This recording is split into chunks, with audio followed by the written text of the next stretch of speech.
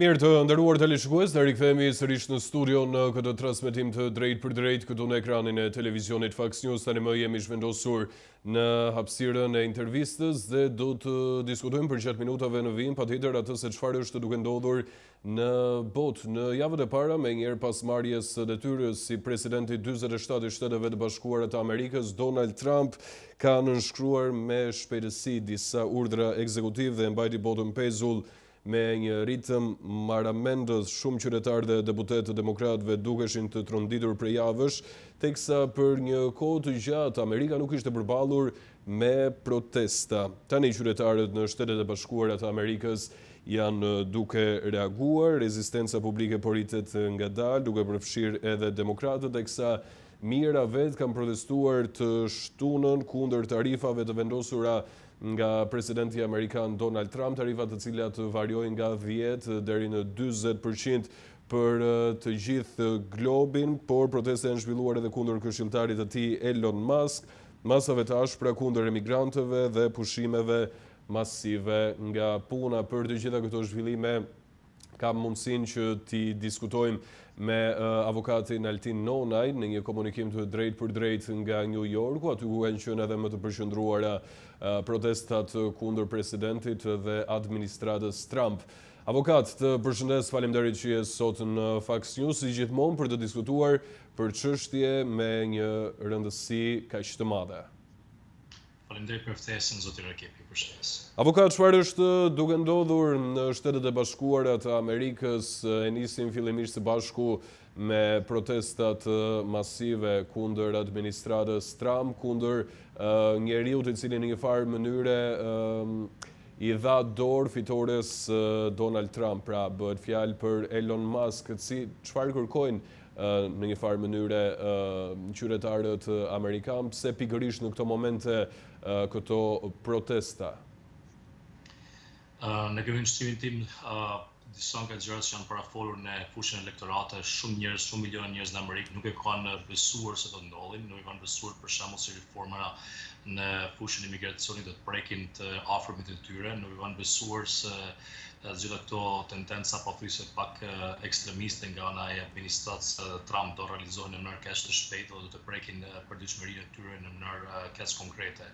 Të paramendosh një organizatë si puna e saj Doge si ka si këshilltar të jashtëm zotin Musk, si ashtu edhe këshilltar personal i Donald Trump, ka, domethënë vetëm në 90 ditë ka hik mijëra punëtor nga agjencitë ndryshme të Shtetit Amerikan, është diçka e pa, diçka të madhe sikur kush nuk e ka parapritur. Domethënë janë prekur mijëra pozicione në një kohë shumë të shkurtër dhe në shoqërinë amerikane mendohet se kjo gjë është diçka tepër agresive. Në fakt administrata Trump ka arrit deri tani ta shesin këtë duke thënë se kjo është një mënyrë për të prerë shpenzimet e jo nevojshme, por të është thjesht u kuptuar se domethënë është përdorur shpenzimet jo të nevojshme. Çfarë nënkupton avokat që Amerika aktualisht është duke u përballur me një krizë dhe shkurtimi nga vendet e punës, por nga ana tjetër edhe tarifat e vendosura ndaj të gjitha shteteve të globit do të bëjnë të mundur një rigrumbullim dhe përmirësim të ekonomisë amerikane? Po të shtjeta, domethënë ka një aspekt politik edhe një aspekt konkret, ka një ekonomik. Amerika ka një deficit shumë të lartë, ka një poshtë të shtetit shumë të lartë, si duhet ky president ose një tjetër duhet ta përballojë. Nga ana tjetër, mënyra se si fjalori si kanë përdor zoti Trump dhe zoti Musk, sepse zoti Musk ashtu sulmuar sepse është shumë afër zotit Trump, domethënë nga fushata deri tani. Gjithë i napin për shembull zotit Musk, gjithë e dinë se është një inxhinier i jashtëzakonshëm, një CEO si ka arritë gjëra të mrekullueshme, por edhe dinë se kur ka marrë Twitterin, domethënë në dorë, ai la shpi 73% e forcës së punës. Dhe zoti Trump e ka marrë po për këtë arsye ka marrë në punë, domethënë ka ditë se duhet të prek buxheti i shtetit, edhe një person i madh, domethënë më i talentuar në këtë fushë është zoti Musk. Çfarë po ndodh, po gjejnë për shembull pensionistas janë 200 e ca vjeçar si po pagohen, domethënë janë të gjithë shumë gjëra që pa diskutim është mirë se një shtet nuk domethënë t'i kontrollojnë. Po nga ana tjetër, pra me pak fjalë është duke u bërë një riorganizim total i ekonomisë amerikane. Po, por domethënë në këtë gjë ashtu bën në shpejtësi as të madhe sa në këmbështrimin tim nuk mund të jetë aq sakt. Domethënë janë të bën sepse dinë se buxheti i shtetit është keq në borxh, sa duhen të prejnë, domethënë djatha se marrë shpenzimet dhe njëra gjëra po mundojnë të digitalizojnë edhe më shumë agjencitë ndryshme amerikane, të hiqin njerëz nga puna, të automatizojnë sistemin, edhe kjo do të bëjë që mira njerëz do hupin punën edhe aktualisht po e hupin punën. Në këtë drejtim është një pjesë si pa diskutim produktiviteti do përmirësohet, pra janë disa punësi nuk kanë arsye të ekzistojnë në një botë kaq të zhvilluar. Nga ana tjetër, për mendimin tim, po bëhet thjesht sepse duhet të shpenzohet të hiqen disa njerëz nga puna sepse kosto e tyre nuk mund të përballohet pa nga buxheti i shtetit amerikan. Dhe kushtet e sotme. Kjo situata ka sjell një farë kaos si avokat në Amerikë, në Shtetet e Bashkuara, duke u ndalur pak në këto momente edhe tek protestat. Ju jeni në një nga vendet kryesore në New York, aty ku ka patur protesta masive.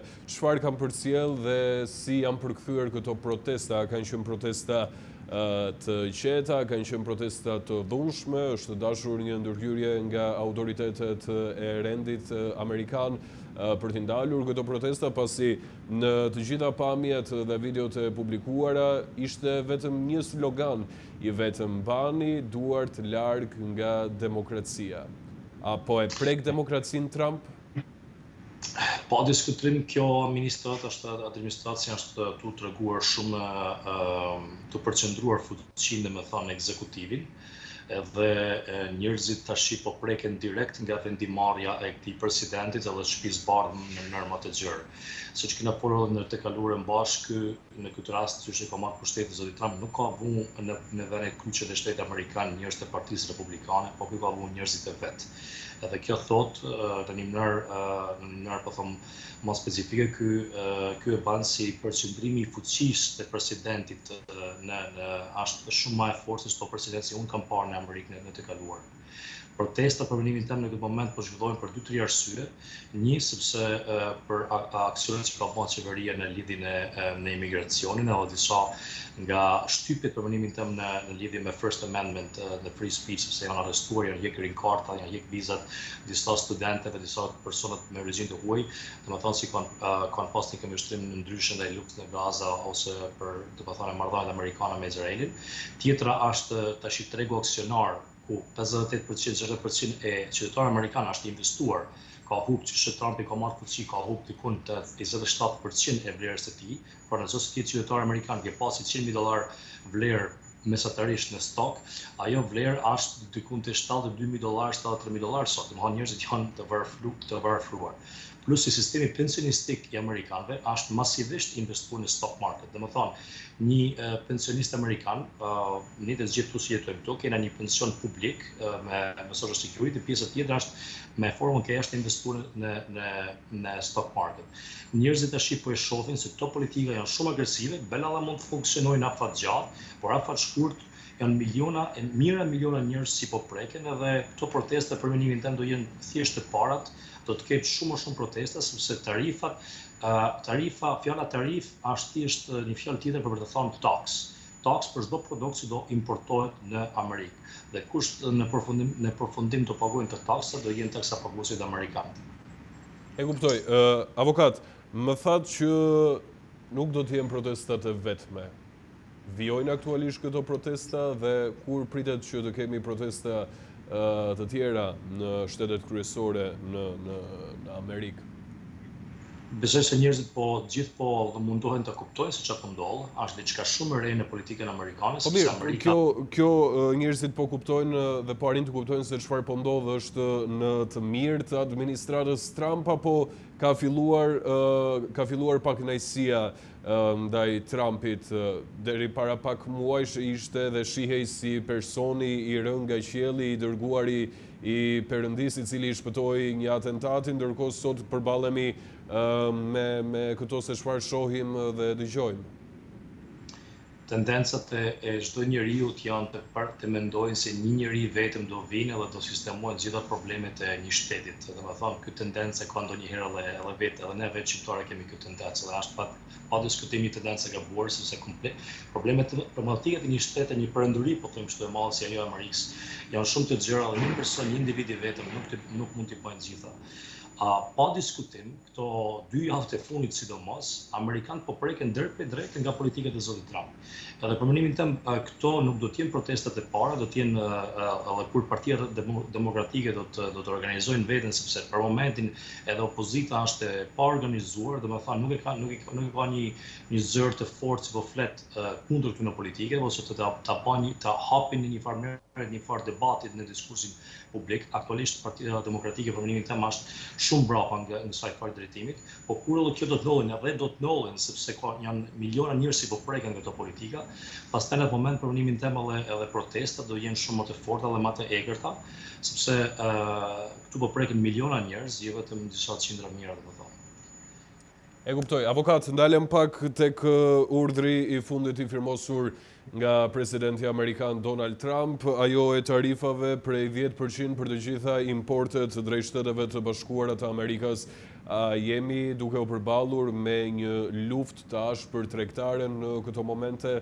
Pse një vendim i Trumpit pikërisht në këtë kohë kur në një farë mënyrë duket sikur gjithçka në mbar globin është e trazuar? Duhet kujtoj që më njëherë pas urdhrit ekzekutiv të Trumpit për tarifën prej 10% ka patur një kundër reagim nga Bashkimi Evropian, i cili ka thënë që nëse Trump do të vijojë me po të njëjtën retorikë dhe ne do të marrim masat tona, duke vendosur edhe ne tarifa dhe taksa për produktet amerikane drejt Bashkimit Evropian edhe anasjelltas.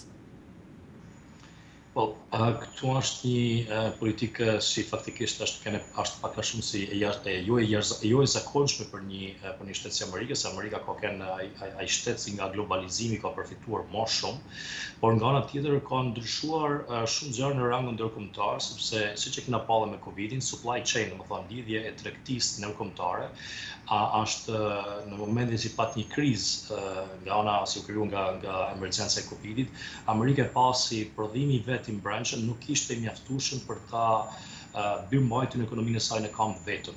Dhe e kanë vurë re në moment amerikanë se ishin shumë të lidhur veçanërisht me Kinën, me prodhimin e Kinazin, po edhe gjithashtu me Europën. Në lidhje me Europën edhe me Kinën për mendimin tim duhet i ndajmë të dy çështjet, sepse Kina është një vend si eksporton më shumë se sa importon në drejtim të Amerikës. Pra, Kina ka për mendimin tim më pak armë në drejt të bilancojmë këtë gjë në drejtim të Amerikës, edhe mund të them në shumë aspekte nuk besoj se Kina do të jetë problematika më e madhe për Amerikën. Kurse nëse shohim nga ana e Bashkimit Evropian si treg i përparë është tregu më i madh në botë dhe nëse i ndajmë serviset edhe prodhimet e objekteve, e vërtet se Europa eksporton më shumë në Amerikë produkte, domethënë prosciutto, djathna, makina, gjëra të tjera, por nga ana e serviseve, sidomos të fushën teknologjisë, Europa është blerësi më i madh i serviseve teknologjike amerikane. Dhe nëse edhe Europa, domethënë reagimi që ka pas deri tani Europa, po luan me dy, po them kështu, po mundohet negociojnë një farë marrëveshje me Amerikën, sepse vërtet si ka vu taksa të barabarta në fushën e whisky, të bourbon, e motorcycle, domethënë motocikletave, motorave, por në drejtim të shërbimeve të teknologjisë, domethënë si shërbime si ofron artificial intelligence, Microsoft e tjera, akoma Europa nuk e ka përdorur këtë armatim, që është armatimi më i madh që mund të ketë Europa kundër Amerikës. Nëse Europa në këtë mështrimin tim do t'ju vënë tarifat e barabarta në këtë drejtim, kompanitë amerikane teknologjisë do hupin biliona triliona dollar, edhe nga ana tjetër rreziku më i madh gjeopolitik i Amerikës është si këto tarifa të krijojnë aleanca të ndryshme dhe Europa të shkputet nga aleanca euroatlantike edhe të gjejë një partner më të sigurt në Rusinë ose në Kinën, sepse siç e dim, Kina nuk është ajo e viteve 80 ku nuk e ka teknologjinë të avancuara. Kina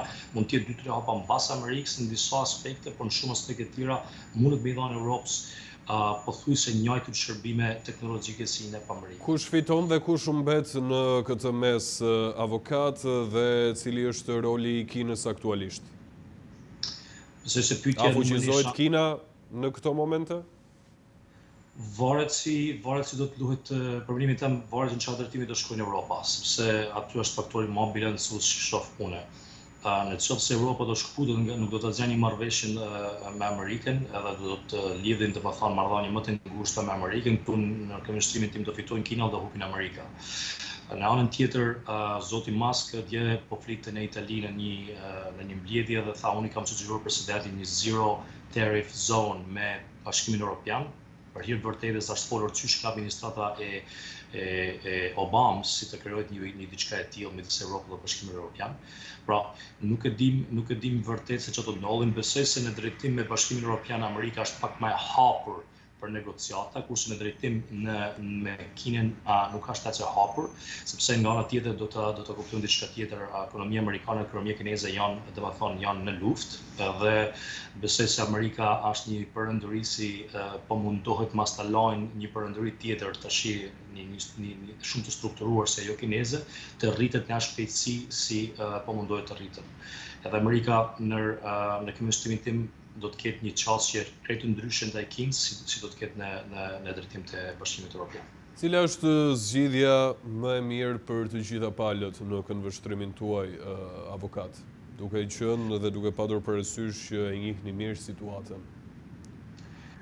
Unë edhe në fushën time përfaqësoj kompanitë ndërkombëtare që investojnë në tregun amerikan dhe kompanitë e huaja kanë zakonisht të kënaqur të vitë investojnë në Amerikë për arsye se dollari është një monedhë e sigurt, se Amerika është një vend që s'ka luftë, ka treg të lirë, ka kapitalizëm eficient, ka gjykata që funksionojnë. Në qoftë se këto dinamikat, sidomos në fushën në vendet perëndimore, ajo si mund personalisht më ka çuditur, është si nuk ka bën një dallim po e qëllë i mall në drejtim të atyre vendeve si Amerika të 70 vite ka një marrëdhënie diplomatike dhe ekonomike shumë të ngushtë, siç është Bashkimi Evropian, me vendet po them aziatike si nga ana kulturore janë pak më të larta se Europa. Pra, në këndvështrimin tim Amerika po bën një gabim historik në qoftë se nuk gjen një marrëveshje shumë shpejt me Bashkimin Evropian edhe normalisht me Kanadën dhe Meksikën. Por nga ana tjetër që kam pa dhe besoj se keni parë edhe juve, domethënë në listën e vendeve si kur ka presidenti ka shpallur Liberation Day, ditën e lirisë, domethënë për Amerikën, Kanadën dhe Meksikën nuk i ka vënë në atë listë edhe pse janë me tarifa, domethënë po flitet për tarifa kundër tyre. Pra, po mundohet i veçoj të dy vende. Në momentin kur ka shpallur tarifat dhe taksimin prej 10% avokat, Trump ka quajtur si dita e çlirimit për Amerikën. Pse? Tashti ai duhet të shes një taks për gjithë popullsinë amerikane, nuk mund të thojnë popullsisë amerikane unë do ju taksoj edhe për në vitet e para do t'ju të nikojnë të buxheti jot, të xhepat tuaj. Domethënë në rast se një politikan flet për me shit publikut një revolucion kaq të fortë, ashtu do të më folën një mënyrë se të jetë aspiracionale, domethënë jetë një mënyrë se të jetë një shpresë. Na e shohim edhe në politikanë tonë, gjithmonë flasin për projekte të ardhshme, flasin për çështje të ardhshme do të ndodhin mirë. Nuk mundet më thonë publikut amerikan një gjë se në momentin që mund të vjen 35% tarifa në një shtet ose 10% në një shtet, në fund ti do jesh shaq që do t'i pagosh, sidomos vitet e parë. Kjo është domethënë në rangun e një politikani ta krejtësisht normale se çfarë bën, po mundohet ta shesin produktin në mënyrë më të mirë, si mos të acarohet publiku, sepse në kjo se ai hupën shtetin e publikut, kuptohet se do jetë shumë më e vështirë për ta të ecin përpara me revolucionin si ai në vërtet po bën. Nga ana tjetër na e dim se ai ka një personalitet jo të thjeshtë, nuk është një person si ndalet, domethënë nga asnjë gjë në këmbështrimin tim. Ndryshe nga Biden, Trumpi është i pakontrollueshëm. Nëse është i pakontrollueshëm, këtë nuk e din, sepse unë në këmbështrimin tim ka lobizëm të fortë nga disa qendra interesit si pa diskutim e marrin në kam zotin Trump, por nga ana tjetër ai ato pikat e veta si do t'i çojë përpara është edhe një person si ka një karakter shumë të ndryshëm me zotin Biden edhe me çdo president. Mendon se këshillimi i cili ka ardhur nga Elon Musk ka sjell këto urdhra të paktën avokat dhe këtë lloj lufte e cila është duke u zhvilluar në mënyrë indirekte ndërmjet SBA-ve dhe mbar globit? Unë nuk mendoj se zoti se zoti Musk ka influencë as të fortë, sa me t'ja ndryshuar drejtësisht drejtimit e tarifave si zoti Trump ka vënë në fuqi. Unë kam një intervistë të zotit Trump në 1988, unë isha lindur, edhe ai po flitë të njëjtë gjëra. Do të thonë, thoshte po na vjedhin, deficiti i vendit është i gabuar, po na ikin kompanitë nga Amerika, etj. Do të thonë, unë mendoj se kjo është diçka e rrënjosur në personalitetin dhe në mënyrën se si e sheh botën, edhe si biznesmen në do të thonë i fuqishëm, sepse ai është një person që ka bërë ndërtime në gjithë botë, jo vetëm në Amerikë, shumë e kupton, nuk mund të thojmë se është një person që nuk e njeh tregun ndërkombëtar ose nuk e njeh vlerën e biznesit. Pra është një person shumë i informuar në këmbështimin tim, por i parimin tim edhe kjo te i kalon ata influencës si mund të ketë Elon Musk. Personalisht mendoj se do ishte më mirë për Amerikën të ketë Bashkimin Evropian, Kanada dhe Meksikën në anën e vet, sepse në këtë mënyrë do ishte shumë më shpirë për Kinën, si një në mënyrë që të mos fuqizoj Kina apo qoftë edhe fuqi të tjera botërore, si Rusia të paktën. Po kështu ka qenë pak a shumë edhe ideja e NATO-s me kriju këtë zonë të lirë, domethënë bashkëpunimit si në rangun e mbrojtjes, po edhe në rangun e lëvizjes me lloj agevolacione që këto vende ka marrë njëri tjetrin për me të ndryshuar studenta, inxhiniera, punëdhënës etj. Dhe kjo si po bën zoti Trump në këmbështimin tim, po krijon një farë alarmimit, sepse këto vende thonë besoj se Amerika nuk është më ajo fuqi që na ka bë më ulë në tavolinë të bashkëpunojmë. Tash po na kërkojmë një çmim shumë më të lartë dhe nuk e di ajo vlen me pagu këtë çmim për mbulë me tavolinë me Amerikën. Mirë, do presim dhe do të shohim se çfarë do ndodh në vijim. Deri atëherë, unë të falenderoj shumë avokat që ishe sot në Fox News, si gjithmonë është kënaqësi që të kemi analizën tuaj. Faleminderit për ftesën e përshëndet publikun transmetuar. Ne do të shkëputemi vetëm për pak minuta publicitet për të rikthyer sërish pas pak.